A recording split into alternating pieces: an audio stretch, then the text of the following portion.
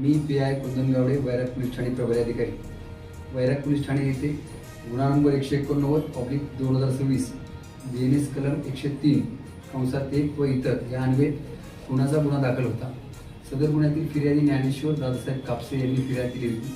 त्याच्यामध्ये त्यांचा भाऊ यातील मयत दिनेश उर्फ आप्पासाहेब कापसे व त्याचे इतर मित्र आणि यातील आरोपी हे सर्वजण 1 तारखेच्या रात्री एकत्र दारू पिण्यास बसले असता त्यांच्यात किरकोळ वादविवाद झाले होते.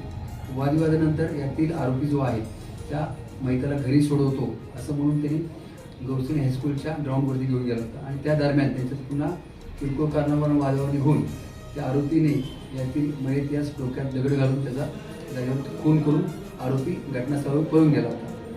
घटनास्थळावर पळून गेल्यापासून आरोपी हा अद्याप फरार होता. सदरच्या गुन्ह्याची व्याप्ती मोठ्या प्रमाणात असल्याने मर्डरचा गुन्हा होता. वरिष्ठांनी गांभीर्याने सूचना देऊन आरोपीला तात्काळ अटक करण्याची सूचना केली होत्या.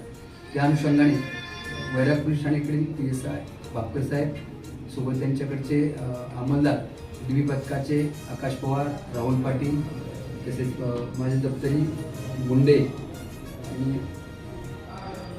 जाधवर बिजर अशी सर्वांनी काल रात्रीपासून गुन्हा दाखल झाल्यापासून जवळपास 16-17 तास कंटिन्यू आरोपी शोध मोहीम राबवली होती आणि आज आम्हाला तो आरोपी यातील जो आहे तो मिळून आलेला आहे. त्या आरोपी ताब्यात घेतलेला आहे. त्या अनुषंगाने अधिक आरोपीकडे विश्वासात घेऊन गुन्हा करण्याचं नक्की कारण काय, त्यात आणखी कोण त्यात समावेश होतं का याचा आम्ही सखोल तपास करीत आहोत. धन्यवाद. गुन्हेगारी पार्श्वभूमी वगैरे आहे का आरोपीची काय?